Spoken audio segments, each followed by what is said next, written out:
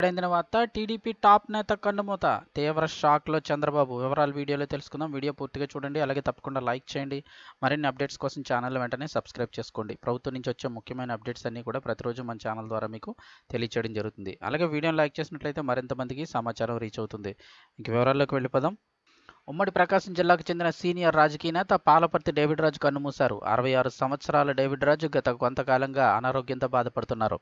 హైదరాబాద్లోని ఓ ప్రైవేట్ ఆసుపత్రిలో చికిత్స పొందుతున్న ఆయన ఆదివారం తుదిశ్వాస విడిచారు. 2 సార్లు ఎమ్మెల్యేగా పనిచేసిన డేవిడ్ రాజు ఒకసారి టీడీపీ నుంచి, మరోసారి వైసీపీ నుంచి కూడా ఎమ్మెల్యేగా గెలుపొందారు.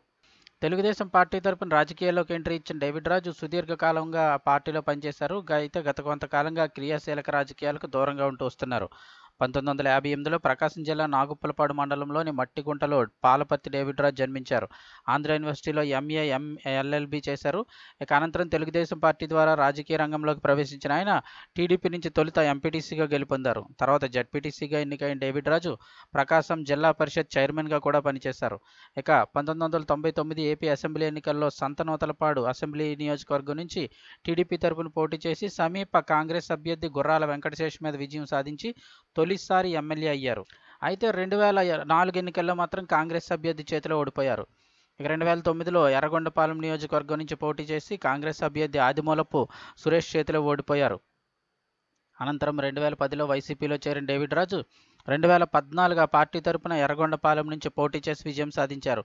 అయితే మరో 2 ఏళ్లకే ఆయన మళ్లీ పార్టీ మారిపోయారు. నాటి ఎన్నికల్లో టీడీపీ అధికారంలోకి రావడంతో తిరిగి టీడీపీ కండువా కప్పుకున్నారు. అయితే పార్టీలో అంతర్గత కలహాలతో మరోసారి వైసీపీ గూటికి చేరిపోయారు. అయితే క్రియాశీలకంగా పనిచేయలేదు. మరోవైపు డేవిడ్ రాజు మరణం పట్ల సీఎం చంద్రబాబు నాయుడుతో పాటు మాజీ CM YS Jagan, deputy CM Pawan Kalyan, అలాగే మంత్రులు, ప్రకాశం జిల్లా నేతలు సంతాపం తెలిపారు. ఆయన కుటుంబ సభ్యులకు ప్రగాఢ సానుభూతి తెలియజేశారు.